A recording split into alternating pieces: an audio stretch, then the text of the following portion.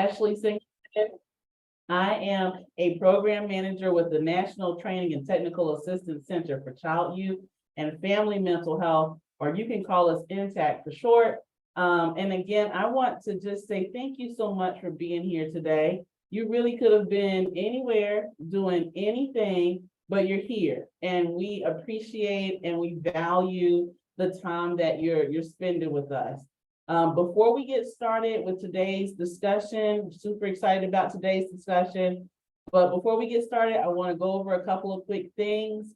As a disclaimer, yes, this session is being offered by NTAC and it is funded by the Substance What's going on here? Hey there, I don't know who's off mute, but if you don't mind muting for me, I really appreciate that.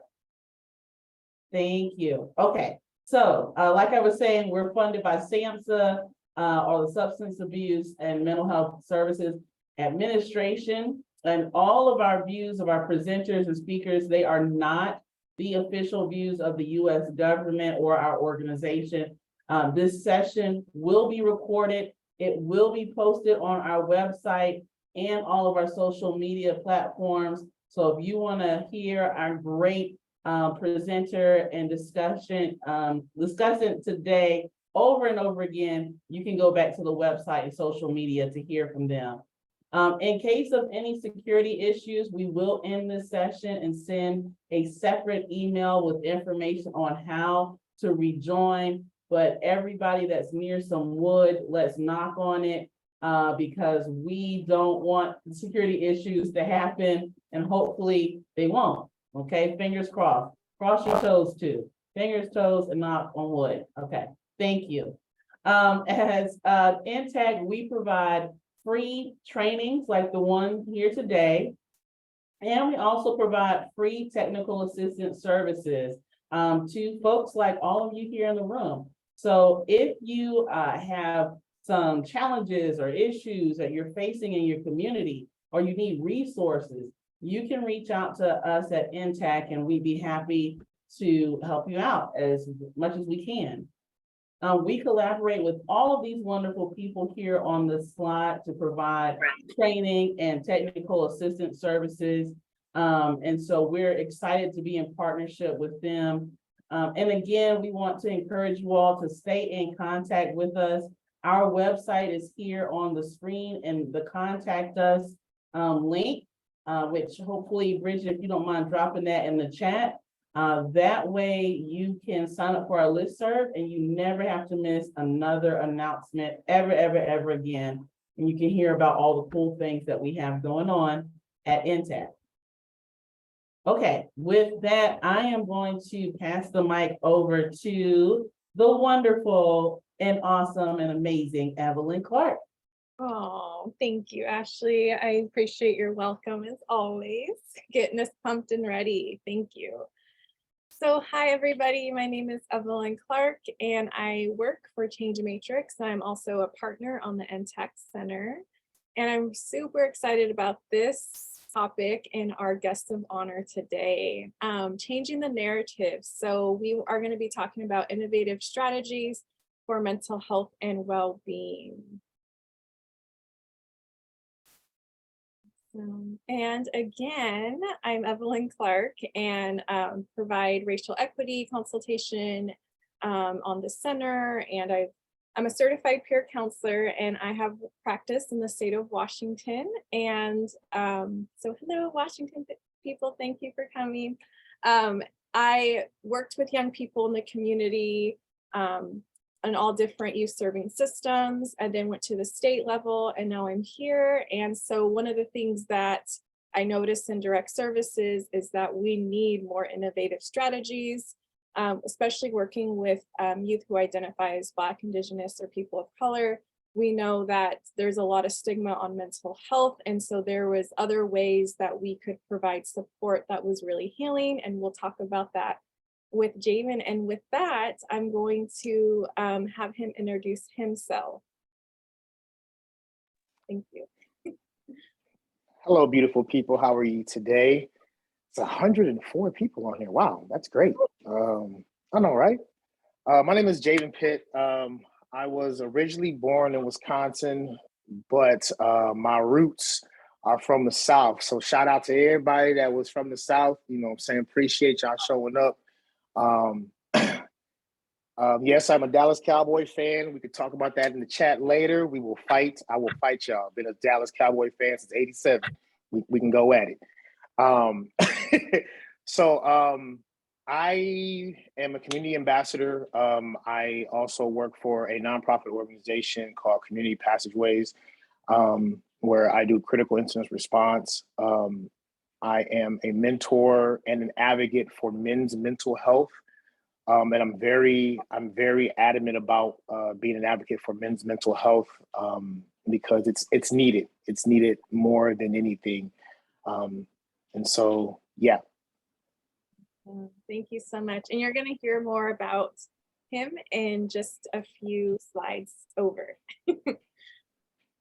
Awesome. So I'm going to start us off this afternoon or later afternoon with a virtual land acknowledgement from Adrian Wong. And then I'm going to also put one through Dr. Tisili Medley around our Black Americans. So let's get started. So since our activities are shared digitally to the internet, let's also take a moment to consider the legacy of colonization embedded within the technology, structures, and ways of thinking we use every day.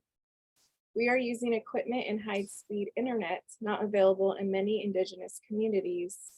Even the technologies that are central to much of the art we make leave significant carbon footprints, contributing to change in climates that disproportionately affect Indigenous peoples worldwide.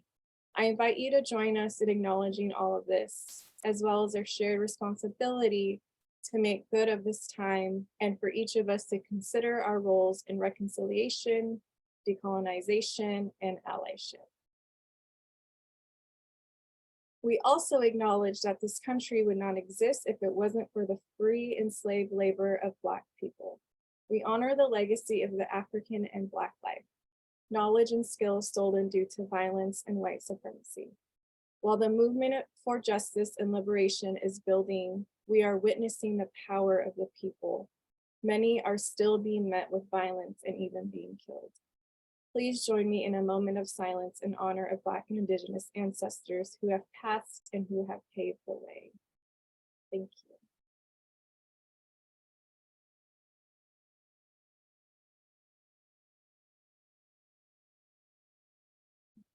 All right, thank you.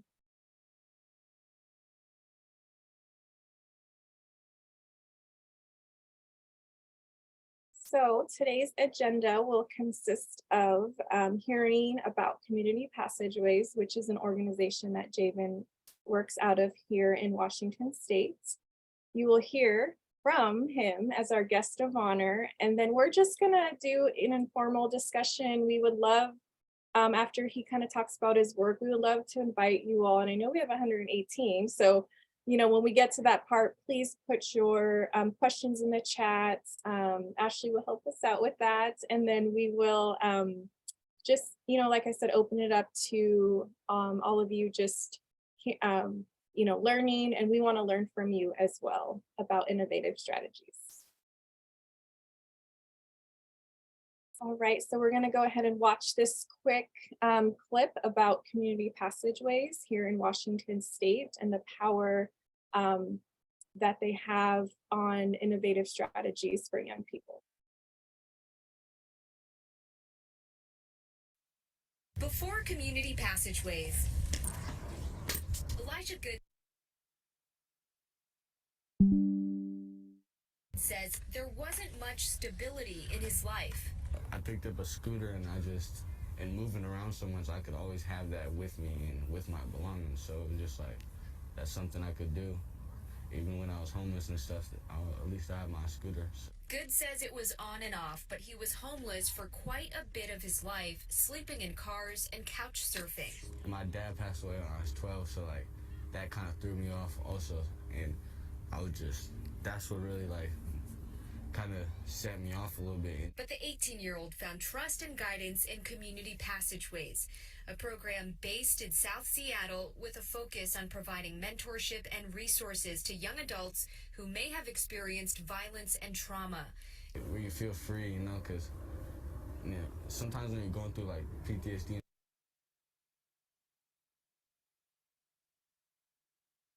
Hold on, I see in the chat that it's kind of hard to hear. Let me adjust the volume and I'm going to start it.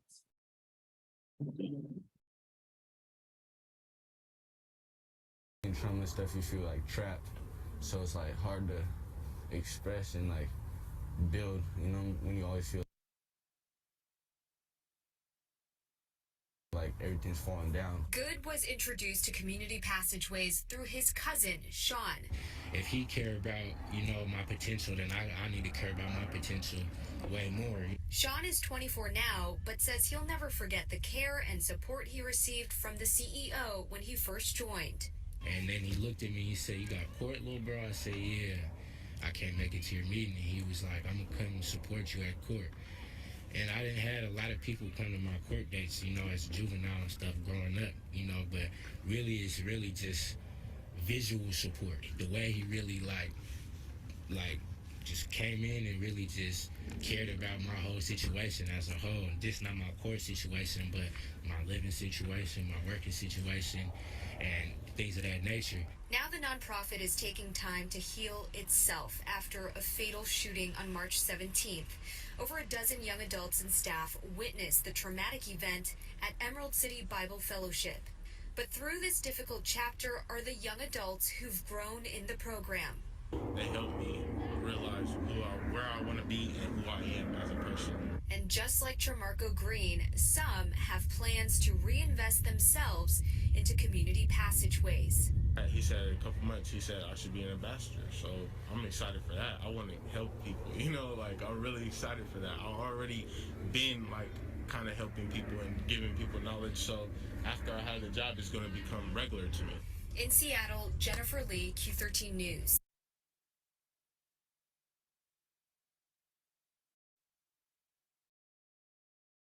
Awesome, thank you. And I would also just invite you to share in the chat just a word or two about what you just watched. What really hits home for me is the young person at the end saying, he wants to do this work. And I think that's why we're here today. And Jamin will talk about that is, in my experience with working in mental health services, so often, it was, well, we just need to sit with young people and ask how they feel. Well, we know that doesn't work, right? And so there's more to that.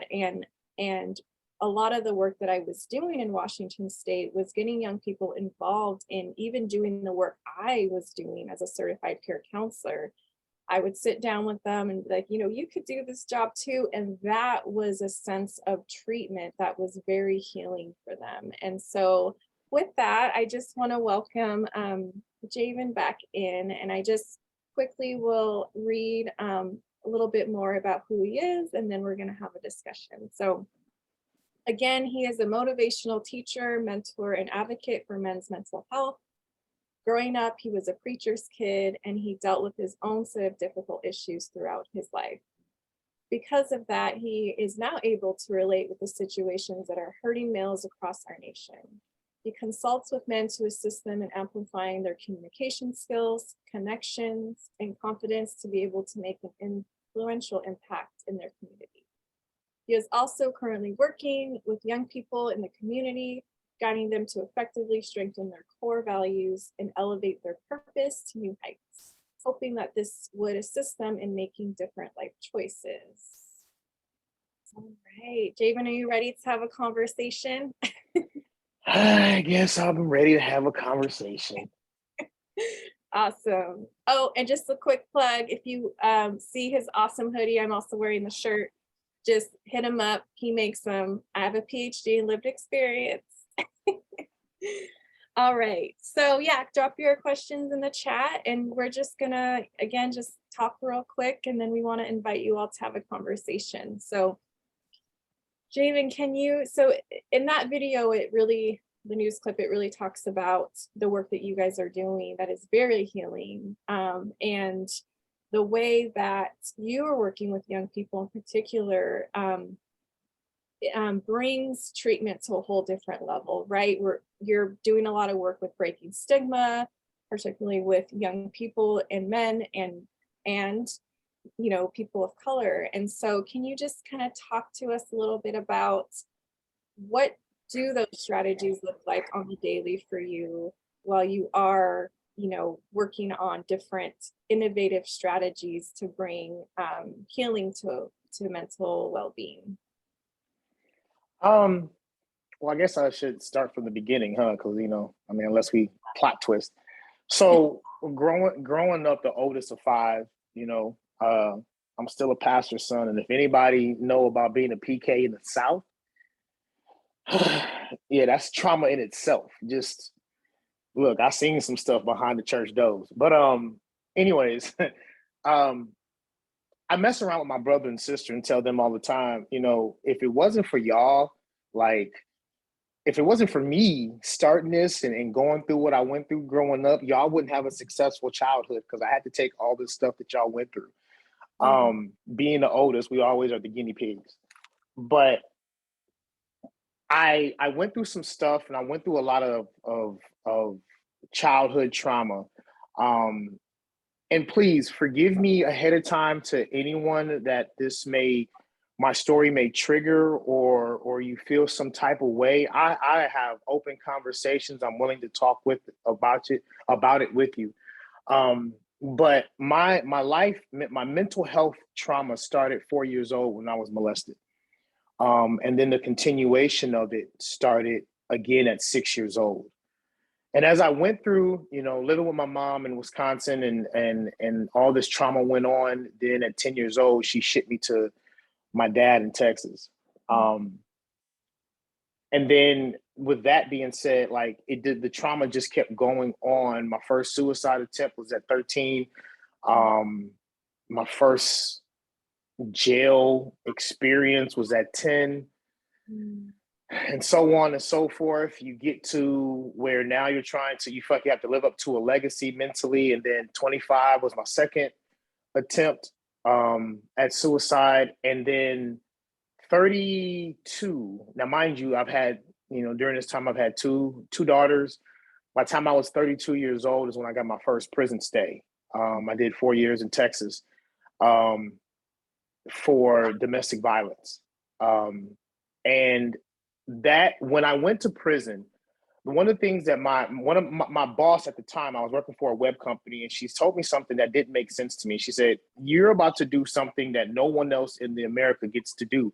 And I'm like, "What? Go to prison? That is not what people in America want to do. Trust, they do not want to go." But she said, "You have the ability to sit for 4 years. You have something that everybody wants to do is just pause for a minute." And so I paused, and I realized the night that everything had happened in my situation had nothing to do with the young lady that I was involved with. It was 30 years of built up trauma. Going into the mental health aspect of it, I mean, when you're younger and your mother puts you through all these therapy and the therapist is sitting on the couch and asking this question, "So tell me how you feel." And you don't really want to be there. You just like, "Okay, I'll tell you how to feel." So you're looking at this lady like, "Do you really want to know how I feel? Because if I tell you how I feel at the age of 10 years old, you might want to commit me to, somewhere." So as I grew up, I went through this life, and I left Texas a year after I got out of prison. I moved to Washington. No family, no friends, my pickup truck, and $900. That was it. The work that I did on myself, I realized that mental health is not sitting in front of people conversing about how you feel. Yeah. The mental health is the conversation you have with yourself sitting in that mirror. When I was in prison, I had to go talk to that 4-year-old Javen that was like, "Yo, it wasn't your fault, little dude." I had to go talk to the 6-year-old Javen, and I had to go all the way back to these little Javens and to basically say, "Hey, it wasn't your fault. It's not your fault. It's not your dad's fault. It's not," because even our parents, we don't realize until we're parents that our parents went through the same things that we did, and not realizing it, and then their parents, and then their parents, and then their parents. Mhm. And so once you get to this age bracket, and so my take on, and I say all that to say, when I approach mental health for young adults, my number one job is not to come in with a cape. My number one job is not to come in thinking that, well, I'm going to change you. No, I don't want to. I don't want to change you. I want you to see you. I want you to know who you are. Like, what do you do? Do you like Snickers? Do you like hamburgers? Do you like cheeseburgers with pickles on them, extra onions and sauerkraut? That's from my Midwest people, the sauerkraut joint. And that's how I approach, because the 4 years that I've been here in Seattle, I realized I never knew Jaden, and that was at 38 years old. I never knew what I liked. I never knew what I wanted in life. I never knew any of this, because the only it was either be a radiologist like my mama, or be a pastor and a barbecue specialist like my pops. So that was all I had. And then I had brothers and sisters, so yeah. When I approach the work, I approach it from an angle of, I'm not here to give you all of this wisdom and knowledge, and I'm not going to throw you a bunch of quotes at you. I need to know you first. Let's go out to eat. One thing we know about the South, give me some food and conversation, and we'll find out everything about you. Yeah. And that's how I approach the work. Yes. Well, I just want to thank you for sharing your story and being vulnerable. And there is definitely healing in that. And, you were talking about the things that seem so little, but they're so huge, right? Like you said, you're breaking bread with the young people, you're getting to know them, and that builds engagement. Can you kind of just speak to a little bit about, like, I know we watched the video clip that doesn't really say, what you guys are doing in King County around really diverting young people into these further systems that are going to cause more harm and actually disconnect them from mental health services. So what are some of the ways that you guys are, or what are, I guess I should say, what are kind of the purpose of the program that you guys are doing and making sure that they get their mental well-being addressed? It's just being with them, and that's the thing. It's like, it's no different. I look at it like this. The work that we do, if you have kids, you gotta look at them like your kids. You can't treat them any different just because they're not yours. You got to approach them in a reality that they're still kids. Like, I'm about to be 43, but I still have a mentor, because I understand that I ain't been 50 and 60 and 70. Yeah. So we have to understand that there's a growth process. When we understand that mentoring means more to young adults than anything, because there are times when my phone rings off at 2 a.m. in the morning, I got a choice. I'm not answering that phone. But again, I have to, because if I don't, I may miss something. There may be a conversation. They just need to talk, you know? Yeah. I had, and I have a story like that, but it's just like, they just need to talk. It's the approach is more not big brother, little brother, or anything. It's human to human. Yes. Like, when I was in prison, and one thing even going back into prisons here, I realized we don't need another program. Yeah. I could care less about your program or your curriculum or anything that you write up. I could care less about all of your cognitive intervention stuff. I just need to know, are you going to come back tomorrow to see me? That's it. Yeah. Are you going to pick up the phone when I call you? Exactly. Are you going to be like everybody else in my life that just abandoned me? You know what I'm saying? And it's just so funny.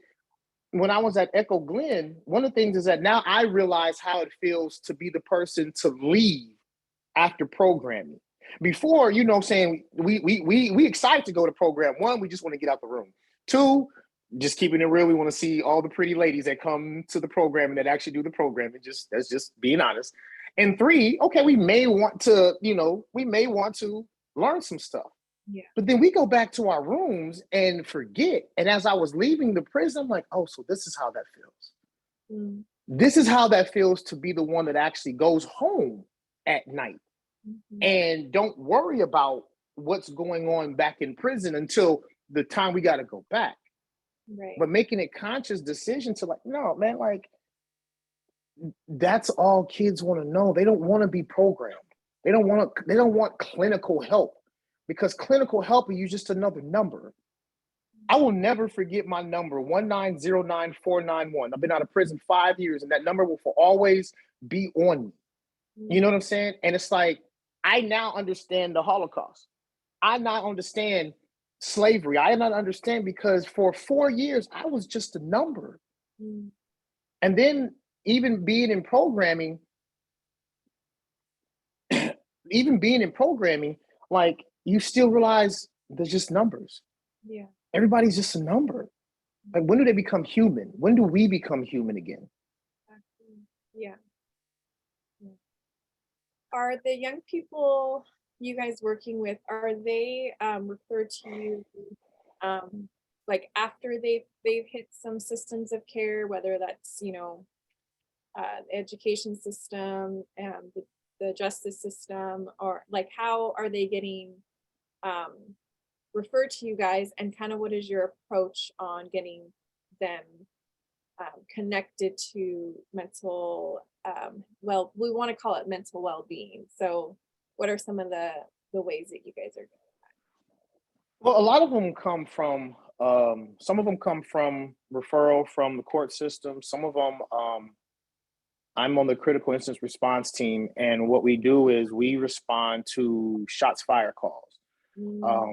We go to the hospitals. We have a relationship with the hospitals out here, and we go in, we talk to the possible, and I hate the word victim, but we go and talk to the victim, and we see if they need resources, if they need to be rehoused, if they, anything, and see if they would want to, it's kind of like a referral. It's kind of like an outreach. Okay, bro, you've been through this.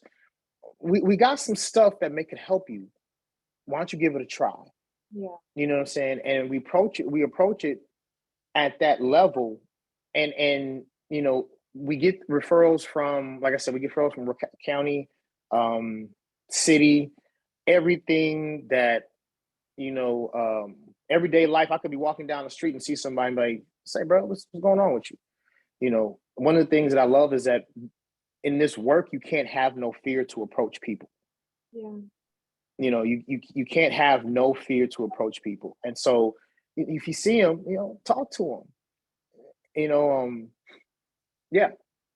No, that's great. That's great. And I'm just a huge fan of what you guys are doing, and I've heard so many wonderful things. And just, as we were saying earlier, like this is mental health treatment, right? And I think that more and more as we're getting, especially after COVID, we're starting to see like people in general, not just young people, are not responding the way that we need to when it comes to mental health treatment, or what that even looks like. So again, like it is so powerful to see that a grassroots organization is bringing that. I think so often in system of care have opted funded the typical mental health agencies, and we would love to see that change. And that's why you're here today, is because we want to be able to say like, hey state, hey federal, like how do we now fund, individuals like Javen for, this work, or community passageways, or whatever it is, because this is what's working for young people. And so there's so many questions. And so what I would love to do is just, if you have any last words before we can open it up to just having a discussion. We have some time, and I would just love to get everybody's input and just to share. So any last things before we move on into our engagement with our participants? Yeah, one thing that I have been learning is, and I've been writing down my notes for my own personal business that I'm starting, is the first thing that we have to do is the mental health of ourselves. If you're not in the capacity to do any work for anybody because you're still going through some stuff, do not go out there and poison these kids with the stuff that you're going through in your personal life. Because at the end of the day, you're going to do worse damage, because the problem is that we're trying to put Band-Aids on kids when we have tourniquets on us. We're bleeding out trying to find where they're bleeding, and the kids are like, we're not bleeding, it's you. So we have to understand that take care of you first. Your mental health is more important than trying to go out and save the world, because if you can't if you can't properly tell a young adult how to do something because you have not gone through it yet, go through it first. Pause for a minute. Take the time to just say, you know what? Let me take a couple of days and recalibrate myself and see how I can get myself help. That's beautiful. I love how you incorporate that, because so often you're right, we're focusing, okay, how do we do this, which is obviously like why, we're doing this work to, assist young people, but you're right, we can't forget about ourselves, and we know the burnout is real and the work that you do. And so I just love how you incorporate that to not forget about yourself in this work. So awesome. Well, I think we're ready to come off spotlight and just invite everybody in. And Ashley, I know that there's been a lot of questions. So if we want to, read those or have the person come off mute, that would be great. Yeah, let's start with Carla. Carla has some questions about making connections. Carla, do you want to come off mute and ask your question? Yeah, thank you. So my question was just mainly like if I were to send a referral, and how soon would the client be contacted? Like within 24 hours, 1 to 2 days?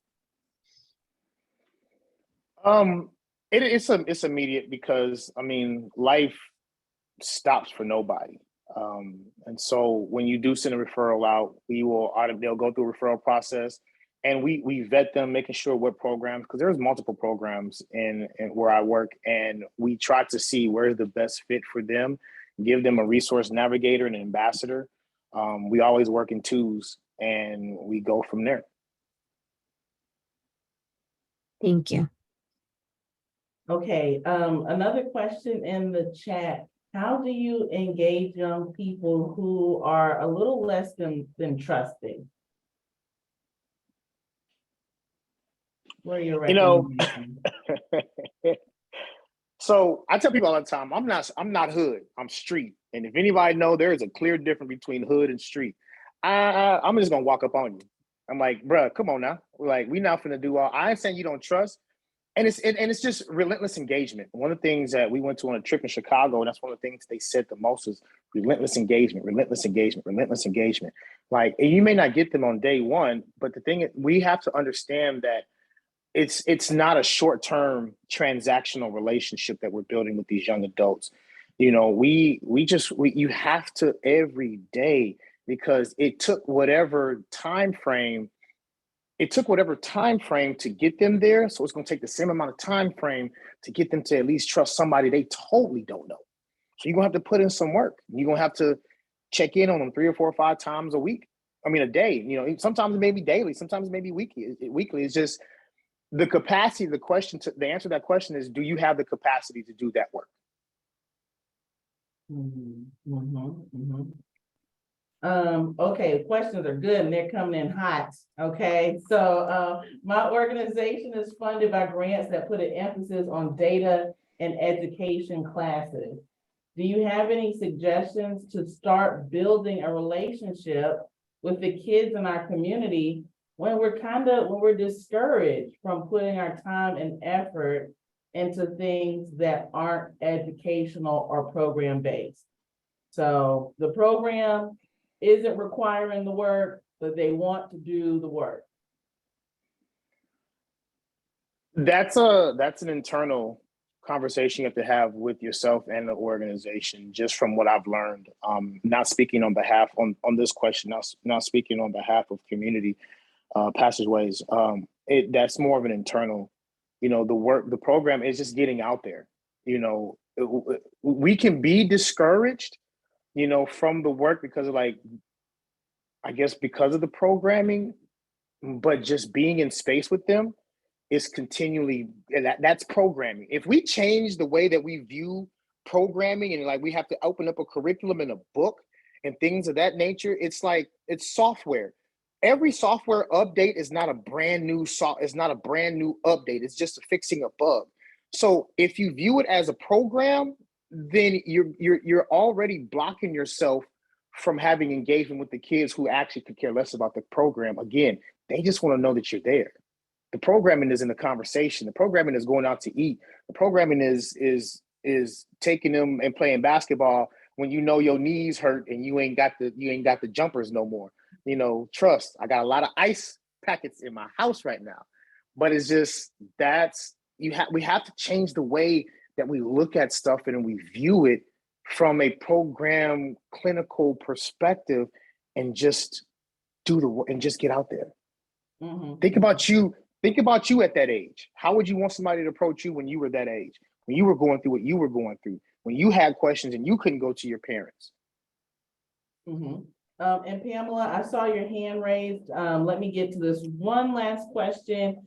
Julie asked, what would you see as ways to bring you together in a way that isn't clinical and that isn't programmatic? My question is, what's the age bracket that we're talking about?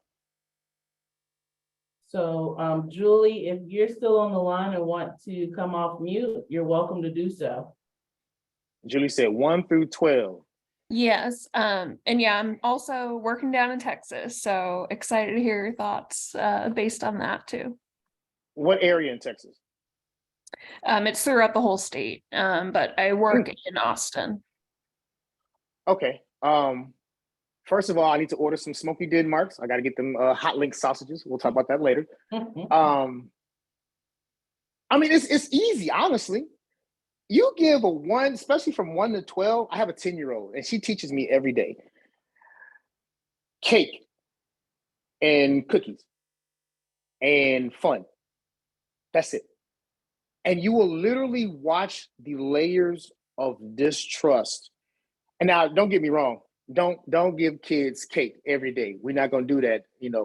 We can't do that because there's somebody going to come back to us, and then diabetes and teeth rotten and all that stuff is going to happen. But just let them be kids. Stop treating the kids like they're in their trauma. Let them be kids. You know what I'm saying? Like, for example, the 6-year-old that shot his teacher in Virginia. One of my friends asked me, it's like, what's justice like that? What you mean justice? Somebody needs to go hug that baby. We're talking about in custody and they were like, how do we approach this as the law perspective? It's a 6-year-old. Somebody go hug that baby, and please do not be the first ones to blame that parents from the jump, because we don't know what that mama been through.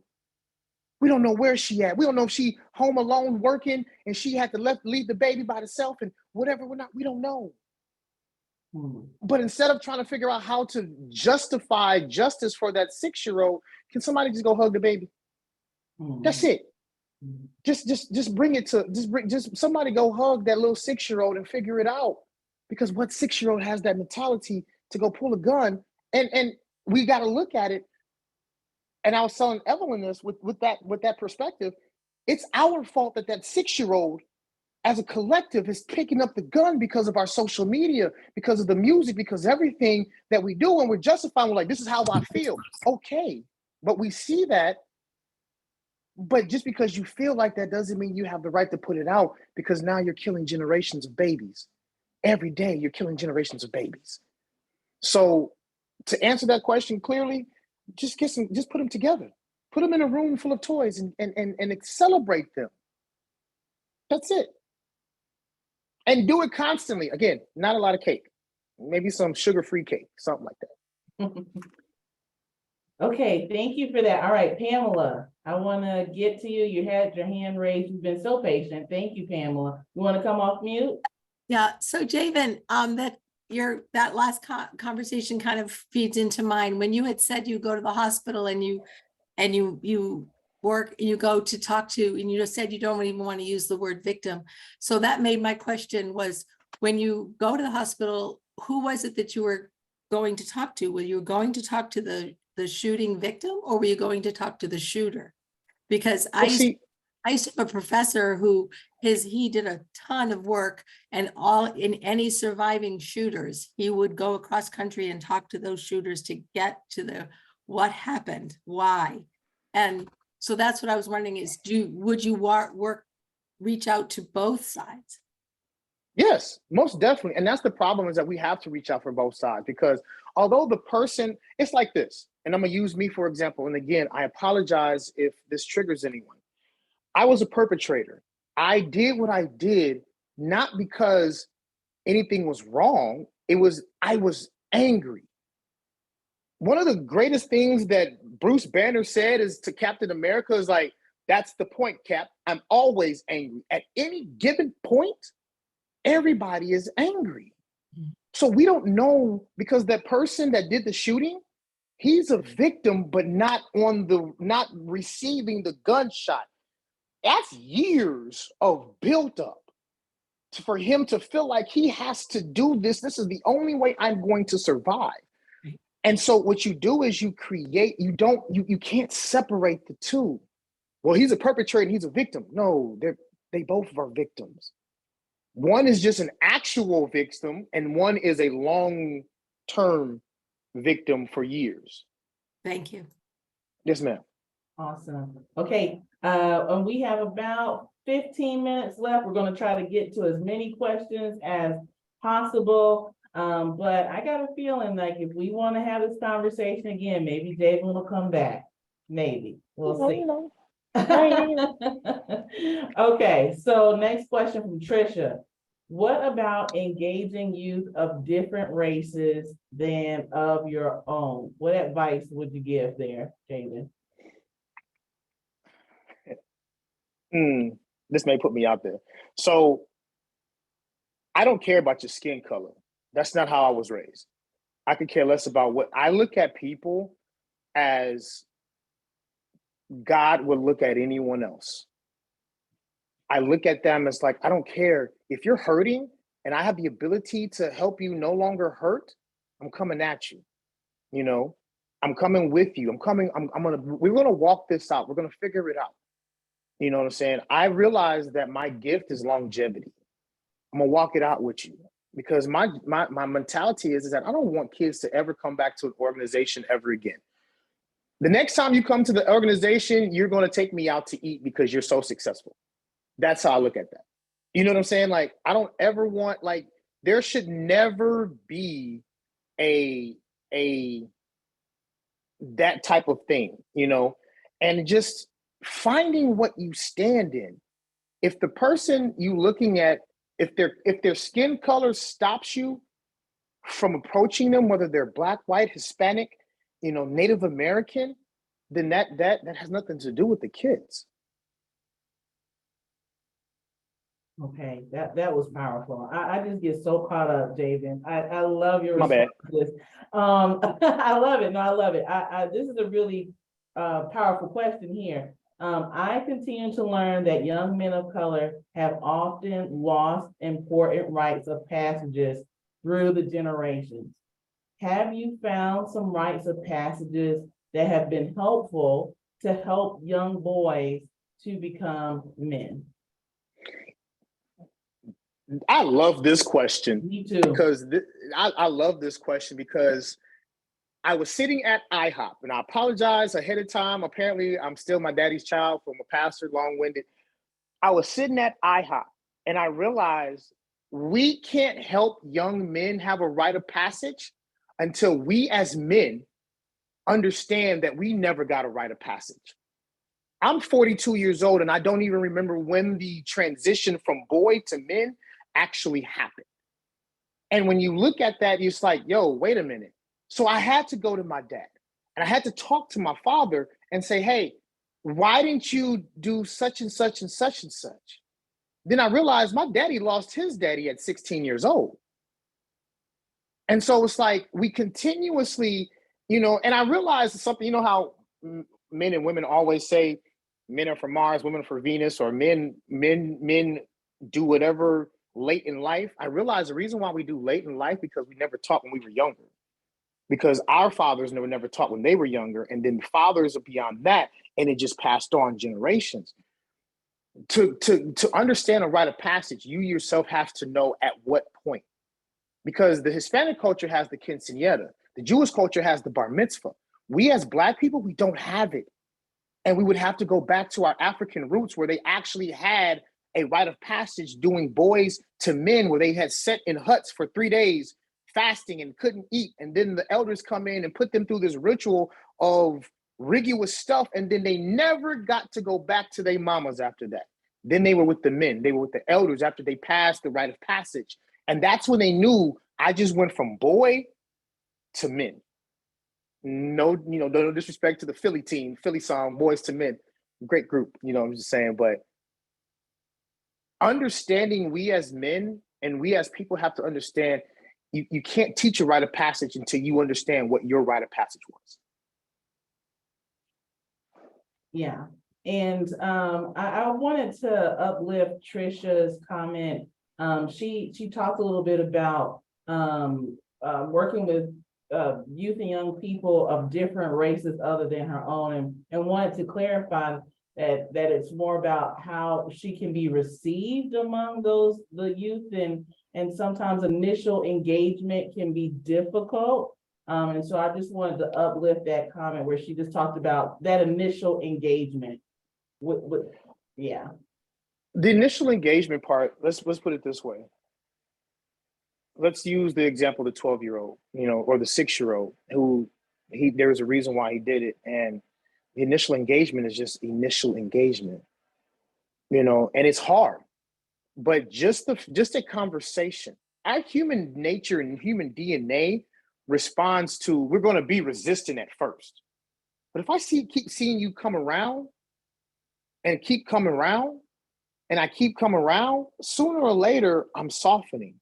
But that initial engagement, no matter who these kids are, is always going to be the hardest, regardless of, and I get it. Sometimes we allow our skin color and people with other skin colors to get in the way. But just the initial engagement and then engaging, continuous engaging, relentless, seeing it through every day, picking up the phone, showing up on the block with the shorties. Man, what y'all doing out here? Man, here come this dude, or here come this woman, or here come this.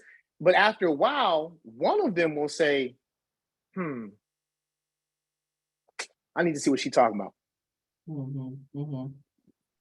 People in the chat want to know, how do you stay so inspired? What keeps you motivated?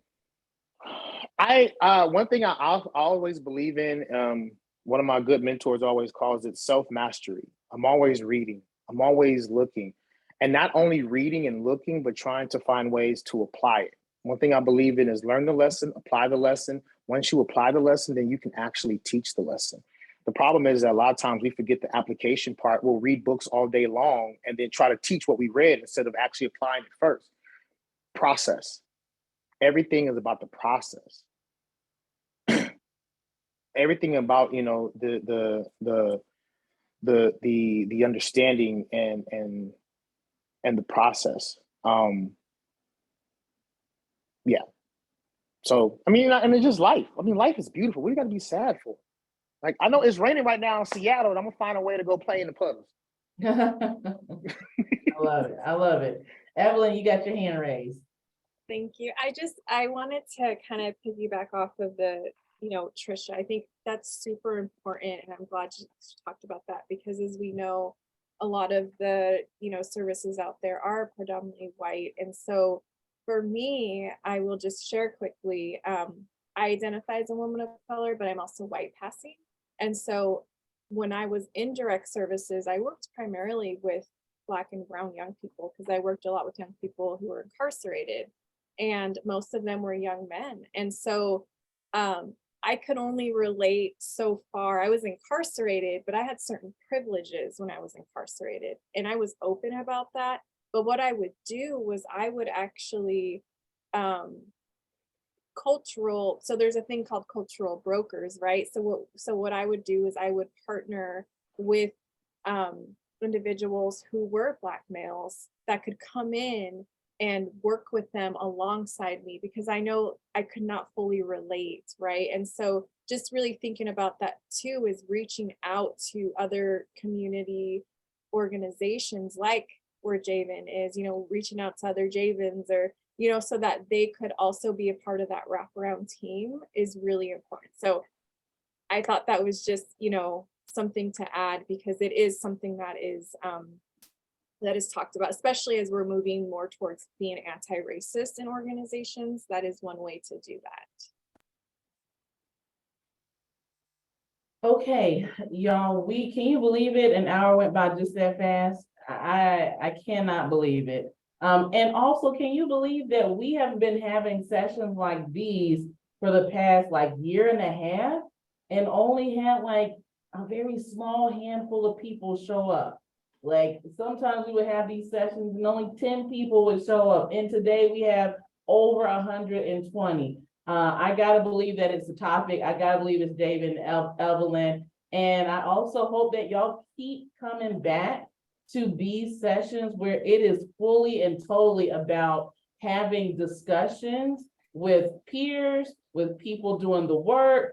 And it's all about conversation and action. So we will continue to have these sessions every month. And we'll make sure you sign up on the newsletter so you don't miss the announcements about these conversations. But I also want to let you all know that this month we have a couple of more different webinars around that are coming up. Well, today you're here, but on the 17th, we'll have a webinar on system of care assessment tools that can be used. On the 24th, we're talking about employment services and hiring young people in your organization, and hiring and young youth and young adults.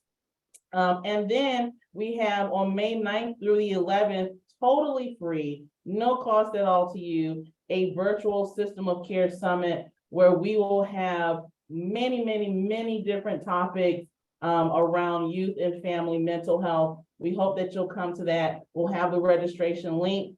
All the more reason to sign up for our newsletter so you don't miss that announcement. If you have some really cool and incredible things happening in your community, I know that you do. I know y'all are doing some great work, and you'd like to participate in the summit. We encourage you to submit a proposal by January 24th, where you can come to the summit and talk about the incredible things happening in your corner of the world. So follow that link. Bridget dropped it in the chat. Thank you, Bridget. So you can submit a proposal by the 24th. Last but not least, that we are going to send you all a survey after this. We want to hear from you. What topics do you want to hear about next? Maybe you know about somebody that you want to hear from. We'll reach out to them. I have no problem sending emails to people that I don't know and asking them to come and join us in the conversation. So who do you want to hear from? What do you want to hear about? Please take the survey so we can get that topic and that person on the schedule this year. So with that being said, thank you again for being here. Follow us on all the social media sites, and we'll see you soon. Oh, yeah. David, you have your hand up.